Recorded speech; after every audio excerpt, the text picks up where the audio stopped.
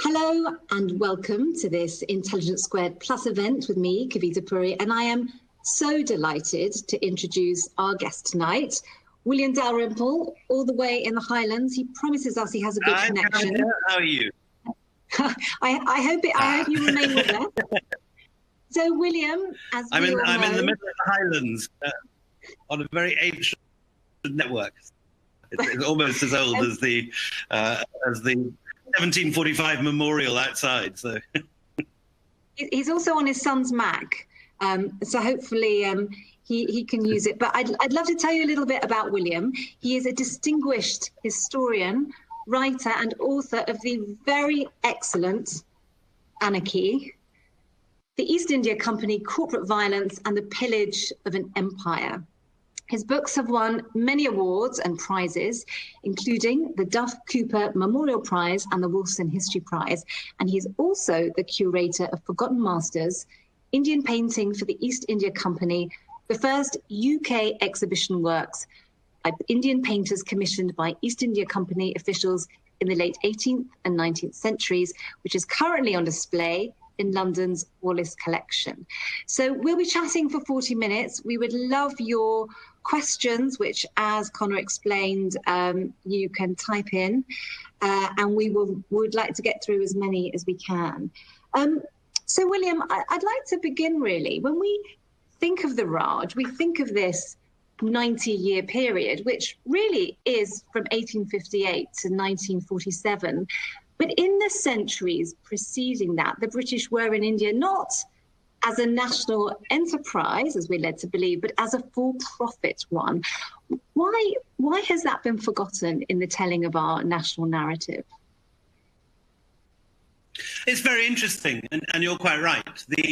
When people think of the British in India, the images that come to mind are Queen Victoria, Kipling, Curzon, perhaps some smiling Maharaja on a lawn on Simla playing croquet with an elephant in the background, or some merchant ivory film with some lovely memsahib winnowing along a lawn with sort of parasol behind her.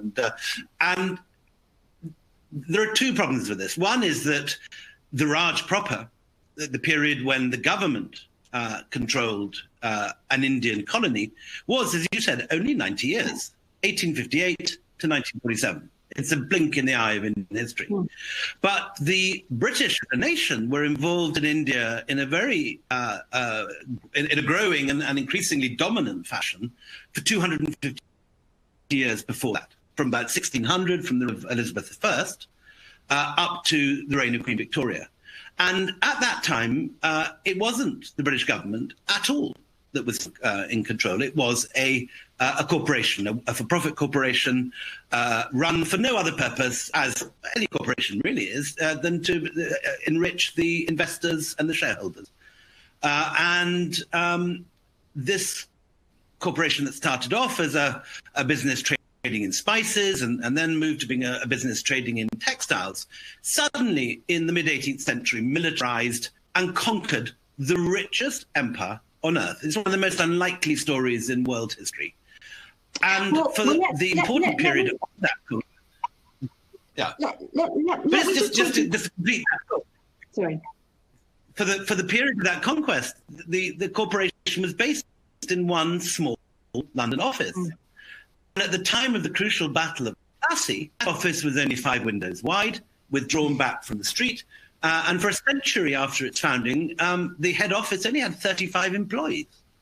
And yet that 5-window building, 35 employees, commanded the greatest corporate coup in history, the takeover of the richest empire in the world. And to me, that's a far more interesting, far more extraordinary, far more unlikely, and certainly more untold story than the rather familiar tale of Curzon and the Imperial Durbar and all that stuff we're used to seeing on telly with guys with empire building shorts and solo tobies striding around beating up Indians. So it's an oddly forgotten period of history, and it is not just forgotten by accident. The British have a real problem with failing to come to terms with the nature of their empire in India. We still somehow like to believe that our empire was different from other empires, that we understand that the Belgians in the Congo were horribly brutal, cutting people's hands off.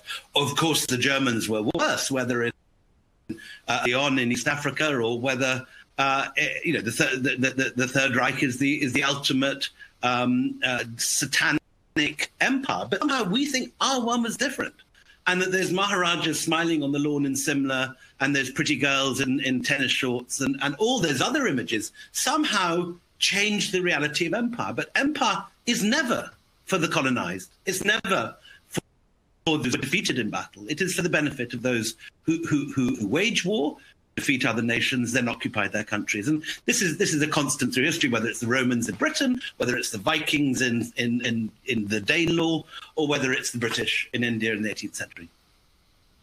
Well, let's go back to 1599 and give us a sense of that story, of how what began as a company to deal in silks and spices would, by 1803, have defeated the Mughal Empire. Tell us some of those key points along the way. So this is the reign of Elizabeth I. England, because we're not talking Britain yet, there's no active union, so it's England on its own, is a relatively peripheral power on the edge of Europe. The rich countries are France, Spain, Italy, and increasingly Holland, which has got its independence. And it is the Dutch that provoke the British into forming the East India Company, because they send a successful expedition to the Spice Islands, the Moluccas, what we today call Indonesia, the islands of Run and Java and Sumatra, to buy spices directly from the producers. And the English merchants in London, who've got a very successful business going called the Levant Company, which buy the same spices through middlemen in places like Aleppo and Cairo and Venice, suddenly realize that they're going to be out of a job if they don't go direct to the producers too. And that's what happens. They found a company, one of the world's first corporations. There's a public subscription. There's a meeting in Moorgate Fields. The Lord Mayor turns up. A lot of the aldermen of the city turn up. It's organized by the head of the Levant Company, a man called Customer Smythe, who's in charge. And they meet in Moorgate Fields, which isn't a grubby tube station in those days, but it is actually, as its name implies, it's fields surrounding the Founders Hall, which is a lovely sort of black and white, half-timbered Tudor building. And in this meeting, lots of people turn up and offer subscriptions. And if you look at the list survives. There are the rich of the city, but there's an awful lot of people who describe themselves as vintners, skinners, as haberdashers, in other words, small London businessmen. And they invest £5 and £10 alongside the £1,000 and £2,000 offered by the really big investors. And this expedition takes place, and off they sail to the Moluccas. And to their own surprise, they reach it, because previous British attempts to reach it had failed. And just as they're sailing into port, they see a Portuguese carrack sailing out. And as the crew of the East India Company vessels are almost all ex-Caribbean pirates, they simply Portuguese vessel board it and move the contents of the spices from the hold of the Portuguese carrack into their ship. Their ship, incidentally, had already been a pirate ship. It was called the Scourge of Malice when they bought it. And in one of the first cases of sort of corporate rebranding, they rename it the Red Dragon to make it sound slightly less offensive. But they sail back to London with all this goods that they've seized, and they sell it for £1 million. And this is enough to get this business really going. It's a massive profit. And then there's a slight sort of hitch. Over the next 40 years, they find that they've got smaller ships and much less full pockets than the Dutch. The Dutch, this is the age of Rembrandt. The Dutch are at their peak of their power, and they really knock the British out of the Moluccas. They even send a fleet up the Thames at one point and start cannonading the British shipyards and things. So the British say, OK, fair enough, you keep the Spice Islands. And there's a little face-saving deal whereby the English get given a muddy island in the Hudson River called Manhattan, which, of course, in the long run becomes rather a good investment. But at the time, it's really just a face-saver. And then there's a kind of corporate redesign. They have a new concept, and they decide to focus on textiles. And the world's greatest textile producer, the world's greatest industrial power at this point, is the Mughal Empire, which is producing about 40% of the world's GDP at a time when England is producing about 6% of the world's GDP. And this is the great break that makes the East India Company. They leave the declining business of spices, which the Dutch stick to, and of course the Dutch then slowly go into decline. They focus on the really profitable business of textiles. And India, Bengal particularly, Bengal has 1 million looms, which are producing the world's highest quality and cheapest cotton cloth. It also has silk. It also has painted textiles like kalamkaris, these gorgeous hangings that look beautiful on the four-poster bed in Genoa or in Paris. And by the end of the century, there's such of Indian textiles being shipped around the world on English ships that there's deindustrialization in Mexico because of the sheer quantity of Indian cloth being imported. So this is already turning into a global business. And the East India Company, which had initially been this slightly sort of crackpot outfit run by a bunch of grocers and one or two big ship owners, turns in the 18th century into the world's premier business, making vast profits and raising the profitability of England. England, which had been this peripheral part of Europe, becomes very rich on the back of this. And alongside it, also, of course, the other great source of English wealth, which is the Caribbean slave trade. So when you go to one of those gorgeous National Trust houses this summer and look at some gorgeous Georgian porch that looks as if Colin Firth is about to stride out of it in a pair of breeches and wade through a lake. The chances are that if it is built before the Industrial Revolution, that it came from the money looted in India or from the Caribbean slave trade. And these are important things that we British need to know. And you identify 1765 as a really critical moment when the East India Company ceased to be a conventional trading company, and it in fact ends up ruling three of the most powerful states in India. Just explain how that happened, because it didn't happen with intent on behalf of the East India Company, did it? Correct. So this is the period of great Anglo-French rivalry, and this is a very important part of the story. There is a kind of 100-year war that goes on between 1715 and 1815. And there are periods of peace, and the wars are called different things at different times. But this whole seizure of great chunks of India is part of that story. And a piece of intelligence reaches the East India Company that a French fleet has sailed to India. And this turns out, in fact, to be a dodgy dossier. It's not true. The fleet has actually sailed to Canada, where the 7-Year War, when it breaks out, does break out on the Ohio. And anyone who's seen, The Last of the Mohicans, it's that war with Native Americans joining French troops in Canada and invading the upwaters of the Ohio. The young Washington is fighting this war on behalf of the British. But in the course of all this, the East India Company persuades the English government to send a Royal Navy fleet out to India to follow the French fleet, as they think. Now, when they arrive off the coast of Madras, there's no sign of the French. They're not there. And leading the expedition is a rather embarrassed young officer called Robert Clive, who's been given command of this. And there are no French. And almost the day they arrive in Madras, the news comes quite unexpectedly, and not part of the original plan at all, that the young new Nawab of Bengal, a man called Siraj Ad-Dowlah, has invaded Calcutta on the pretext that the Calcutta people rebuilt their defences without his permission. And this is an excuse for him to show his muscle. He takes Calcutta and famously throws the survivors of the siege into a barrack prison that afterwards gets called the Black Hole of Calcutta. And many generations of English school children learn about this as a great atrocity that India did to these young British men.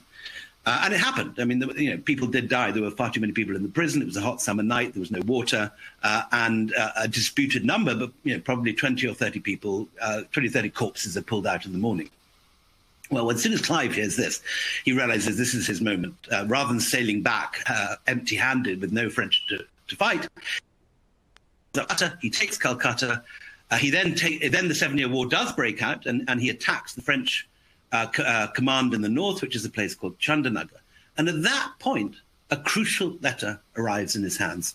And it's a letter from one of the biggest bankers in India, a man called the Jagat Seth. And the Jagat Seth offers him a deal.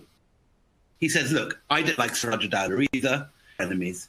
He's threatened to circumcise me unless I lend him money. I will pay you, Robert Clive, £1 million if you take him out for me. I will also pay the East India Company £1 million. And Clive says, no problem at all, sir. And he goes north. And the whole thing is a rig. The Battle of Plassey, which is later told to Victorian school children as this great victory of English arms, is in fact a big setup. The general of Surajah Dowlah, Mir Jafar, is also in the Jagat Seth's pay. Halfway through the battle, when Surajah Dowlah realizes that Mir Jafar is not fighting, he flees the battlefield. He's pursued, he's killed. 2 days later, Clive simply walks into the richest treasury in India, which is the Murshidabad Imperial Treasury, full of tax money waiting to go to Delhi. The whole of the Mughal Empire is powered by the revenue raised from this place. And Clive just walks in and fills his pockets. Then he fills 40 barges and floats them down to Calcutta. And when he's later asked in Parliament, how on earth could you justify enriching yourself? This single transaction turns him into the richest self-made man in Europe. He simply replies, "My lords, I'm astonished at my own moderation." And this gets him off the hook. And that is how, for the first time, the East India Company turns from simply a trading power that shipped Indian textiles around the world into an imperial power that owns great chunks of territory. And 7 years later, there's another battle called the Battle of Buxar, when they defeat the Mughal Emperor and the Nawab of Awadh, the other 2 big Mughal powers in the north. And by 1765, the East India Company finds, to its own surprise, that it's actually that replaced the Mughal Empire as the most powerful force in North India. And what happens? Sorry, go for it, Kavita. Well, I was going to say, and it's done that. I think it's worth explaining how it's done that with these huge private armies. And that's the astonishing thing that I found from your book, is that the East India Company manages to take huge swathes of India using Indian mercenaries fighting other Indians, financed by Indians. Correct. This is the great trick they pull off, because they're still, a small business, but with deep pockets. And the Mughal Empire has been in decline for 50, 60 years. There's been a huge amount of civil war. Everyone's exhausted. But the people who are most upset by this civil war are the merchants and the bankers, because productivity is in decline. There's cavalry riding around the country, killing people. And the Jagat Seths are only one among a number of Indian bankers who consider the East India Company to be the least worst option available. They don't like the Mughals. The Bengalis certainly don't like the Marathas, who are these other forces sweeping up through India, conquering great chunks of territory. And what happens is you have a corporate deal. 2 sets of businessmen, the Indian businessmen and bankers, realize that the other businessmen, the East India Company, speak the same sort of language. They know that they have to repay debts on time with interest. Now, this is something that Indian rulers don't always do. And what you get is a deal between 2 corporate groups, the Indian bankers and the East India Company. And the East India Company ultimately wins, not only because they have the great new 18th century military technology, which certainly gives them the edge in the 1760s and 1770s and early 1780s. About 25 years, they have a clear military edge. But they continue to defeat Indian armies, even after Indian armies have adopted these new military techniques, because they have the money to buy better mercenaries and more troops. And from about 4,000 Indian mercenaries at the time of Plassey, Plassey is fought by British army troops, but it's the last battle which is fought by the British army. Everything after that is fought by East India Company troops, who are brown Indians. and they had a handful of white officers. And as you said, paid for by Indian bankers. So it's quite a trick to have pulled off. And by the 1790s, the East India Company army is not just the largest army in India, it is twice the size of the British army. The private security force, we're familiar with big companies having security forces, maybe a pistol or some truncheons, but the East India Company forces are the largest modern army in Asia. And by 1799, there are exactly 200,000 troops in the East India Company armies at a time when, just before the British army is about to rearm to fight Napoleon, and they have 100,000 troops. So this bizarre thing with a private army, twice the size of a nation's army. There's no parallel to this in history. And I suppose part of the East India Company's huge success derived from the support it had from Parliament all this while. It had a very effective lobbying operation. Under half its MPs were shareholders, and it was bringing in around a third of the country's revenue. And so very few questions were being asked of it. So at what point is it that Parliament then intervenes to regulate it, and why? That's a very crucial question. And you're right, for the first 170 years, from 1600 right up to 1770, the English state harvests great sums of money from the East India Company, apart from the employment that it's providing, apart from the profits that it's generating. It's also generating huge sums in income tax and in customs, particularly customs. And I think nearly half the nation's customs comes from East India Company imports. So no one's asking too many questions about where this stuff is coming from. But in 1770, after winning the battles of Plassey and Buxar, and having then done what companies will do, which is effectively asset strip and loot Bengal. So this place which had the 1 million weavers, which is the, if you like, the goose laying the golden eggs, they kill the goose. They strip the goose bare. They pluck the goose so viciously that in 1770, when there's a famine, there are no reserves anywhere. Now, famine is something that's come to India many times in its history, and anyone who reads travel accounts of people traveling in India will have come across accounts of terrible famines. It's not something that the East India Company or the British invent. But what's new is that the company has no grain reserves.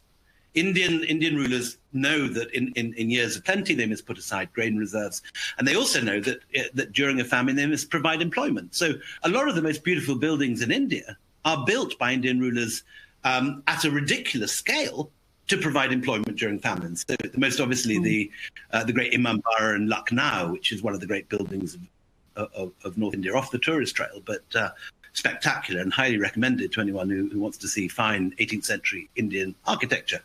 That is built by the Nawab of Lucknow at this period as famine relief measures, and starving people are given a rupee a day if they start moving bricks and stone around and helping build this enormous building. Now, the East India Company does nothing of this, and as a result, the numbers have recently sort of been come down. There's been very detailed regional studies of how many people died in this famine, but it's still 1 million people. It's 1 million dead Bengalis. And I mean, sometimes the numbers were given as 3 or even 5 million, and these now seem to be unlikely, but vast and horrific charnel heaps of bodies being washed down the Ganges, dogs picking at corpses. And this is really horrifying. It's death on such a massive scale and so unprecedented that for the first time you get whistleblowers. You get people writing accounts and sending it back anonymously to magazines. Because, there are no award-winning journalists. There are no Kavita Puris flying in to report from the front line or Raggy Omars or their equivalents. Finally, you get reports turning up in The Spectator and The Gentleman's Magazine of anonymous correspondents describing the utter horror of corpses, flies, vultures, dogs picking at the things. I mean, and even today, these accounts, we're used to seeing starvation on television and so on. But even today, these accounts are incredibly upsetting and lurid. So then what's the company's response? They are worried about their profits because it's a company. They now need the land revenues generated by Indians to buy their investment, to buy the cotton they need to buy. So they send out their armies to the villages. And in addition to the corpses which are lying on the ground through starvation, there are now gibbets put up in every village, and anyone who doesn't pay their taxes, even if they're starving, is hung. And when the news arrives at the annual general meeting that the East India Company has managed to gather its taxes in full, despite 1 million casualties from the famine, the shareholders are so pleased they vote themselves an increased dividend from 10 to 12.5%. So this is knowingly celebrating successful fleecing of Indians. I mean, it's in a sense, it's the clearest moment when you see the what this ultimately boils down to, which is piles of corpses, and then very rich people in London getting their dividends in their banks. So it continues the same for another year. And by 1772, they have stripped the bones clean. There is nothing left to harvest. They can't harvest any more revenue because there is no more revenue. And when the news of that arrives in London, there is horror. 30 banks collapse across Europe. The East India Company goes to the newly founded Bank of England, but they haven't got enough money to bail it out. Yet it is literally too big to fail. It employs too many people. It generates too much of the country's revenue for the government to allow it to collapse. So what do? They basically buy a 50% share of it. They lend it £4 million. And that bails out the East India Company. But there is a price to pay, and that is the Regulatory Act, which means that the government now overlooks the East India Company. So from this point, it becomes what I suppose today we'd call a public-private partnership.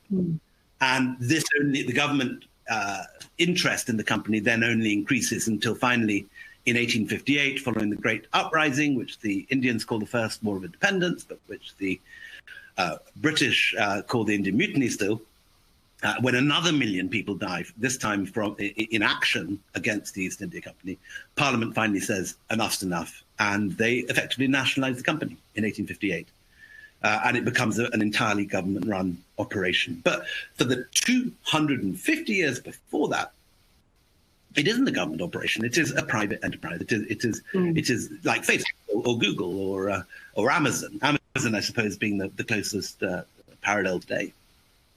Well, you talk about Amazon, and you say the story of the East India Company has never been more current.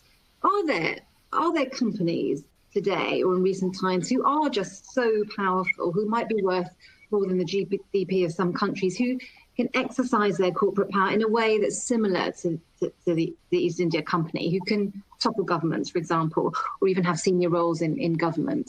Can you see that? Can you see the ghosts of the East India Company in corporates today? Well, of course. I mean, you don't have to be a kind of, a leftist activist to point to concrete moments in the history of the last 60 years when you have had exactly that. I mean, the most famous, I suppose, maybe not as famous as it should be, but in 1950s Iran, there's a democratic election and Mossadegh is elected. And one of the first things he says he's going to do is nationalize the Anglo-Persian Oil Company. Now, when this is announced, the CIA and MI6 get to work, and this is not fiction, this is not a movie. They get to work and they organize a coup, and the Shah of Iran takes over, and he doesn't nationalize Anglo-Persian oil. Similar thing happens 2 years later in Guatemala, when another socialist government comes to power, and United Fruit, who own 40% of the agricultural land of Guatemala, get the CIA to perform another coup and topple the socialist government that wants to nationalize their interests. And that coup produces the phrase banana republic. Fruits have been making their banana empire in Guatemala. Then in 1977, ITT get the CIA to topple Salvador Allende, and you get one of the most hideous dictatorships in Latin American history. All those disappeared and the women looking for their children. All that stuff happens after ITT persuade the CIA to intervene. Now, in our own time, we don't still know the full story, but the strong suspicions that American oil interests, particularly Exxon, had a lot to do with the invasion of Saddam Hussein's Iraq, which, of course, we know had nothing to do with 9/11. 9/11 was Al-Qaeda, full of Saudis. It wasn't Saudi Arabia that gets invaded, it was Saddam Hussein's Iraq, who wasn't the enemy of Al-Qaeda. How did that happen? At least in part, it was the lobbying of Exxon. And Exxon, if it were a country today, would be the 14th richest country in the world. So this is not sort of, Netflix fantasy that we watch in the evening to entertain us after our work. This is what corporations can do. And corporations, being very rich, have resources. The East India Company created this system. The first time the company is found influencing a body legislature is in 1690, only 90 years into its history. And already it's found offering share options to MPs who vote to increase its monopoly. You mentioned the fact that by the 18th century, about 40% of MPs have East India Company shares, so obviously don't want to clip the wings too badly. But you also get, by the end of the 18th century, something even more noxious, which is returned nabobs who've shipped home fortunes of 100, 200, 300,000 pounds from India, buy rotten boroughs and actually create a parliamentary faction within Parliament of their own, which can change the votes because there are 20, 30, 40 MPs who are of the East India Company interest. So through lobbying, through bribery, and through just quiet influence, the East India Company creates a world for the first time where a corporate interest can turn its interest into the policy of a government, and making the interest of the shareholders the interest seem to be the interest of the state. And that's, of course, a system that exists today.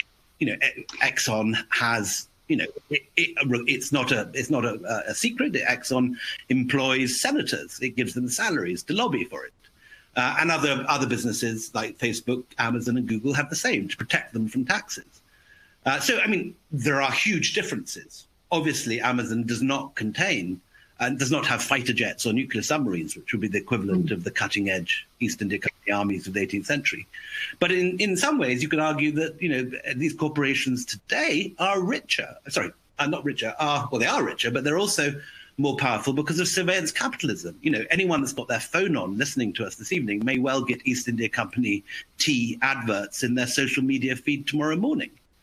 The way that our conversations can be spied on, the way we've all had these things where, we've mentioned a particular brand in conversation and bingo, there tomorrow in your Instagram feed or your Facebook or your Twitter is exactly the corporation that you mentioned in conversation.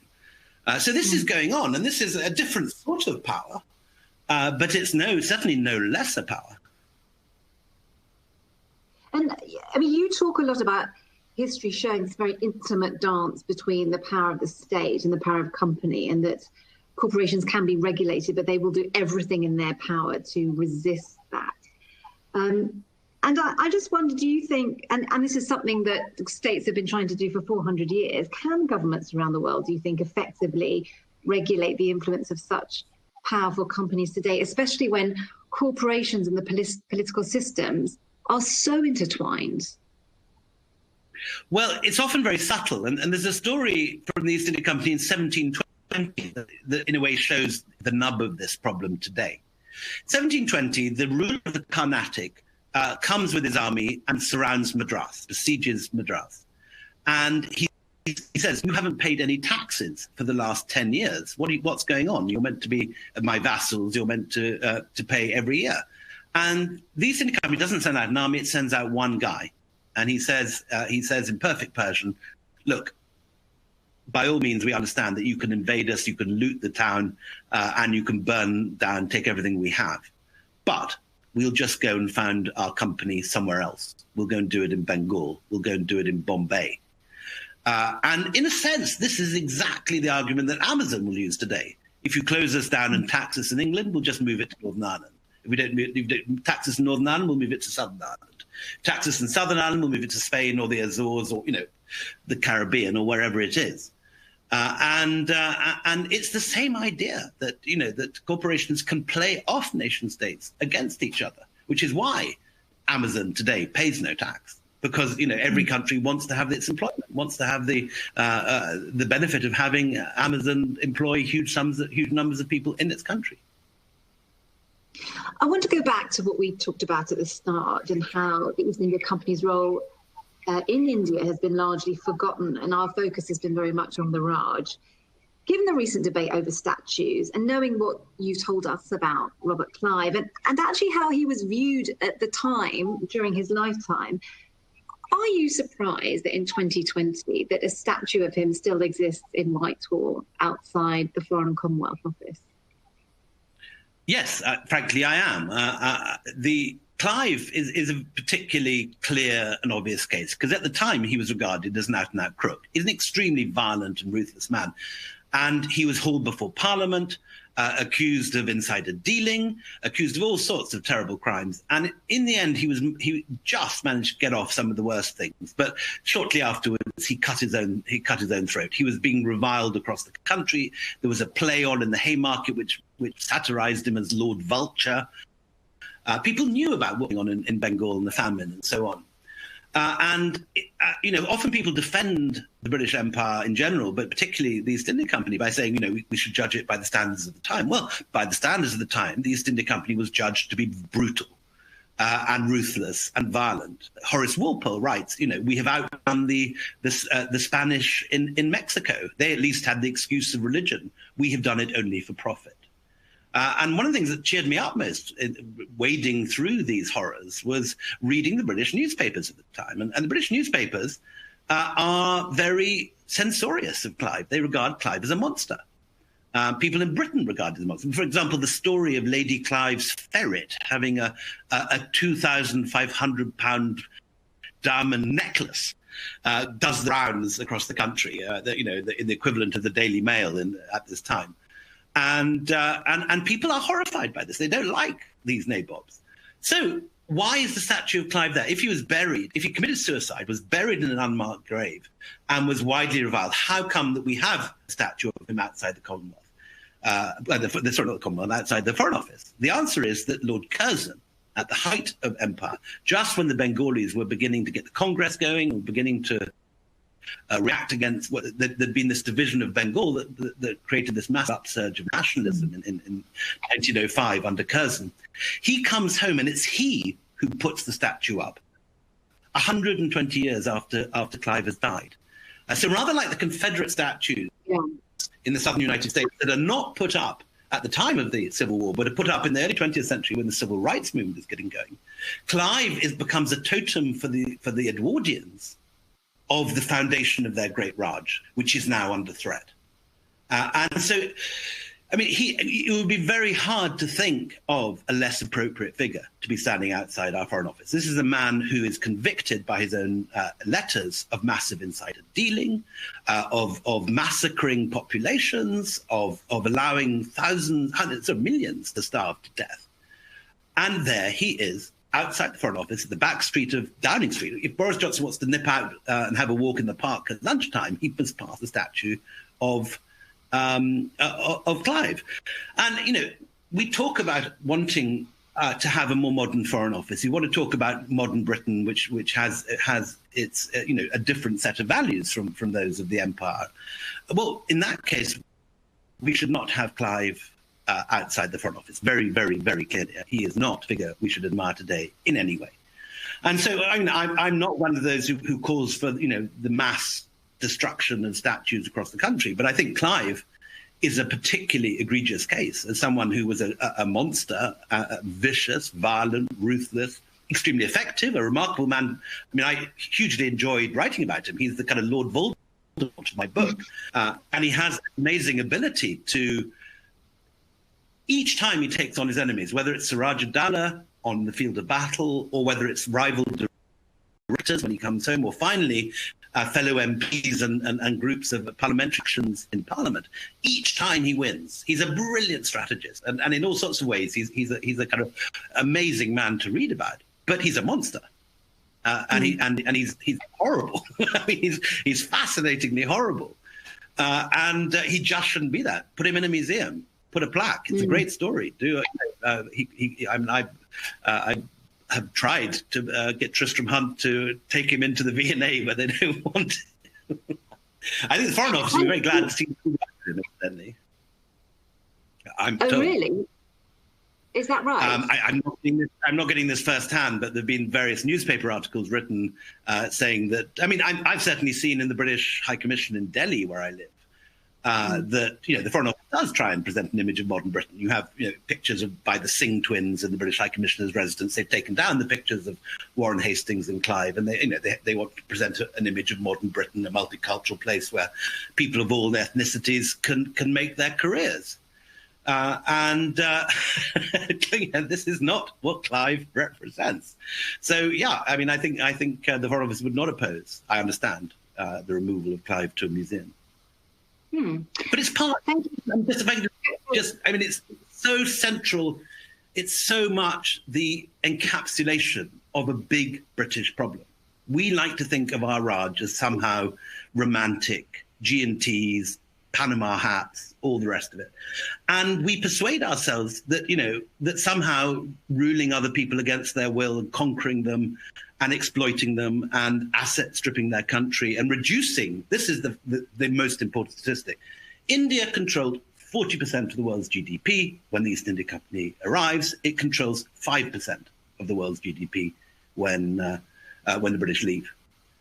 So we reduce India from one of the richest countries in the world to one of the poorest countries, and that ultimately is the simple evidence that we were not there to build the railways, to create universities and hospitals. There were many things that did come out of it. I'm not one of those historians who think that everything the British did was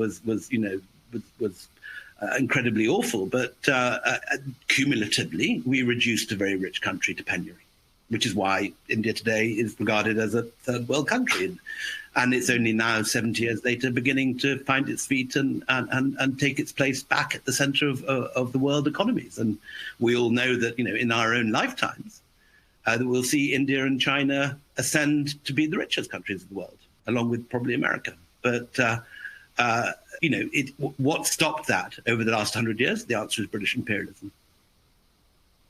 Thank you, William. I'm not sure how much the British public know about the East India Company, so I'm thrilled that you've written your book. And there's so many points to pick up in your last answer. So I hope you will put some questions to William. Just very briefly, just to remind you, underneath the video screen, you'll see a tab. It says "Ask the Question." Click on it. A text box will drop down. Type the question in, and if you want your name to be mentioned, please do type it in the box and then click send. And I hope that we can ask your questions. So I'm just going to go to one now. So someone in our audience says, I was appalled by the level of violence displayed by the British under Clive and others in India, as described in your book. Given the British white supremacy, and I use the phrase as a Brit myself, in the subcontinent and elsewhere, are you now concerned by a growing Hindu supremacy under Modi, under the influence of the RSS?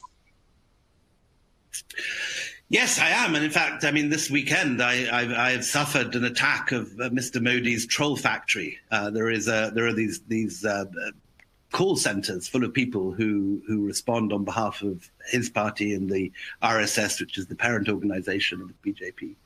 And there's been a big kerfuffle, and it's rather terrifying when 10,000 paid bloggers land on your Twitter site and accuse you. I've been accused of being both a communist and a viceroy, an imperialist and an Naxalite.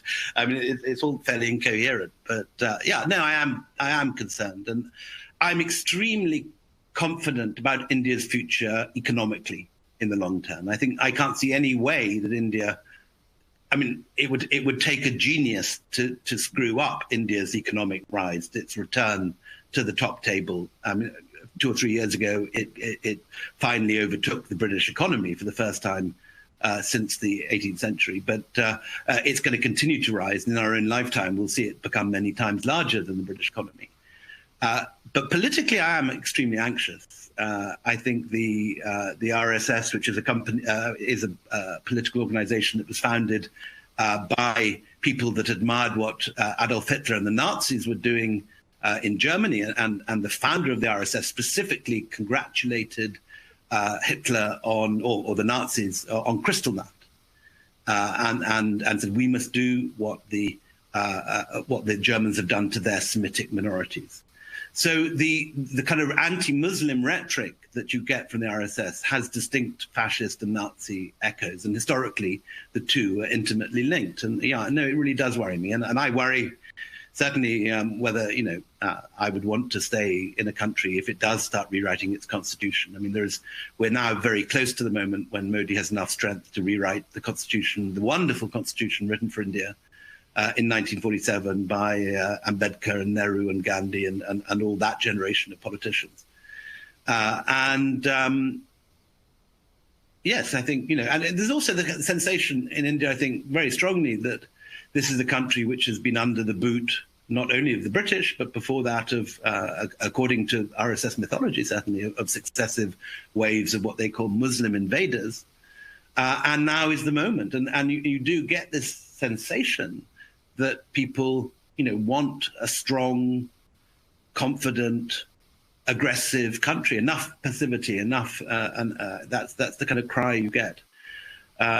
And I understand it, but it's a less attractive place to live in than the old India, which was secular, where many different nations and many different ethnicities and many different religions flourished side by side, influencing each other,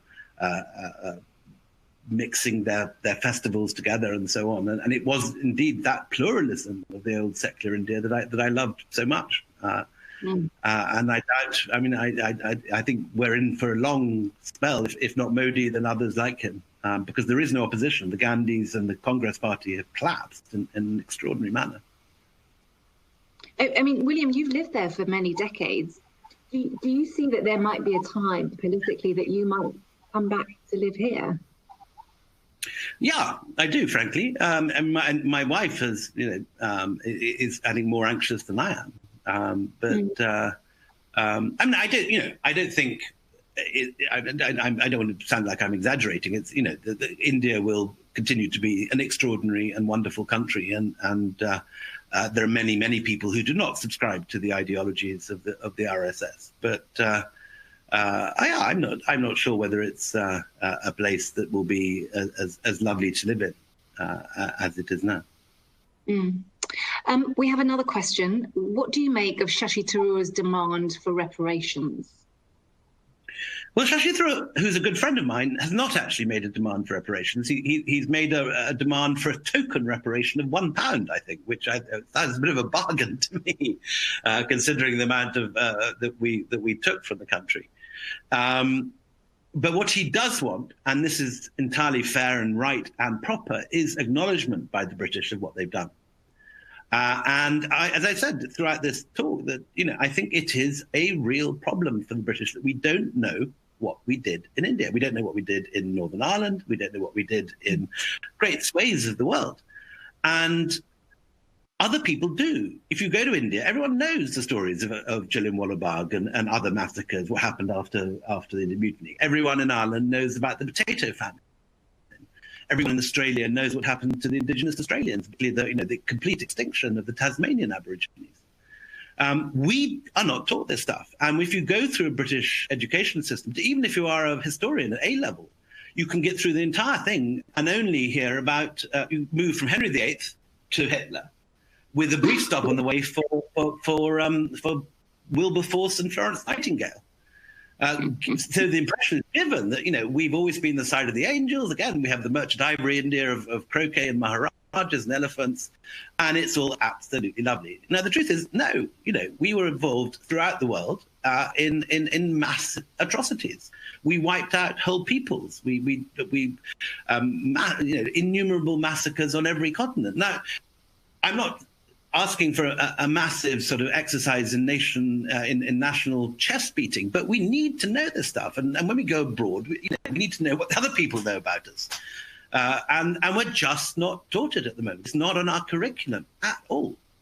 And we need to get it on the curriculum, because just to give you a concrete example, when Theresa May came out to India after the Brexit vote, the idea was current, both in the Tory party and in the civil service, that somehow, having fallen out with our European friends, that we could go back to the empire. We go back to the Australians, to New Zealand, we could particularly go back to India. They love us in India, everyone thought. And of course they're going to want to be our friends now, and they probably want the empire back. when Theresa May arrived there, of course, absolute fantasy. Of course they don't want the empire back. Of course they feel that they owe us no favours at all. They're quite happy to do business with us. And if we offer them nice visa regulations and places at our universities and all the things they want, they would be very happy to do business with us. But there's no sensation that they're longing for the return of Theresa May as the Viceroy or the Empress of India. And quite the opposite. I think the younger generation of Indians feel extremely upset about imperial history. They read Shashi Tharoor and they read about the terrible things that happened, and they want to and they want us to acknowledge it. And the fact that it's only last year that the Archbishop of Bury finally went down on his knees at Jallianwala Bagh, which is a straightforward massacre of unarmed people by British troops. It's very black and white. There's absolutely no grey area in there. It was a terrible, terrible thing. It should be very simple to apologise for. But successive royal tours and prime ministerial tours have gone to Amritsar, have visited the site of the massacre, have laid a wreath, but not apologised. And that seems to me to be just putting salt and vinegar in the wounds. Either ignore the issue altogether or apologise. And we need to have it in our schools. I mean, I've seen succession of British High Commissioners coming out, highly educated men, brilliant class toppers who got firsts at Oxford and Cambridge and have brilliant careers coming out. And again, they kind of slightly assume that they're going to be, loved throughout India because of the Raj. And it just ain't so. Indians, quite happy to be our friends. A lot of them grow up watching BBC TV series, though that's disappearing. The parents' generation used to listen to the World Service, though that's also on the decline. Many of them went to British universities, though that is now in serious decline since that we throw them out of the country 2 weeks after their finals if they haven't got a job by then. We need to wise up a bit to this. There are many things. It is a place we can certainly do business, and it's a place where we can appeal to a great deal of shared interests and tastes and histories. But we need to realise what we've done to that country. We need to realise the degree to which our wealth was built on the extraction of wealth from India. And to that point, Mayur Patel asked, how can this true narrative be brought into the classroom in the UK in place of the sanitised history currently taught? Empire is a very incendiary issue in Britain.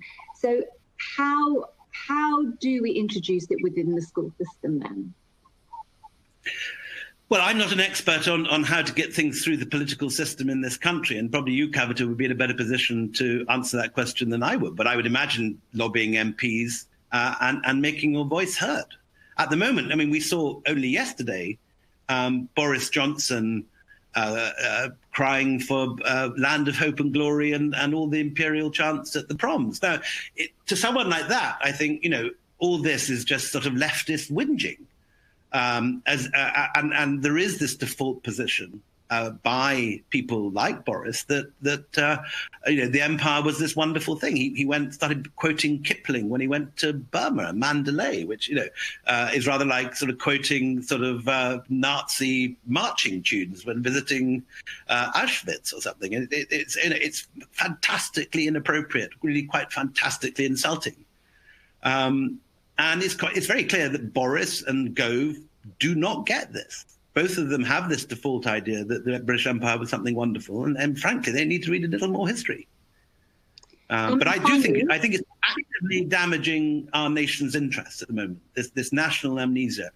The Germans are very good at the way that they have faced up to their past. They teach the horrors of that they committed at school, and young Germans can walk out in the world without that damage, without that baggage. Around their shoulders. Our youth. Our kids at school remain totally ignorant about what we did wrong, and we need to know it. Last question. To what extent are Indians culpable in letting the East India Company attain so much power and influence? Well, there's no question that there was a great deal of collaboration. And I mean, when I give this talk in England, I tend to emphasize the culpability of the British and the degree to which we did terrible things that were not taught at school. When I give this talk in India, I mentioned exactly what you just mentioned, the fact that the Jagat-Sets paid Clive to fight the Battle of Plassey, the fact that it was the loans of Indian bankers and Indian troops who fought the battles. So it's a far more complex picture. And many, many Indians, particularly the Bengalis, regarded the East India Company as the least worst option in the horrific anarchy of 18th century India. So you can make that case, and historically, I think that holds up, and I certainly write a lot about that in India. But it doesn't alter the fact that we also need to understand the terrible things that happened and the sheer amount of wealth which flowed. I mean, in the late 1770s and 1780s, 300,000 or 400,000 or 500,000 pounds a year were flowing out of India into British bank accounts.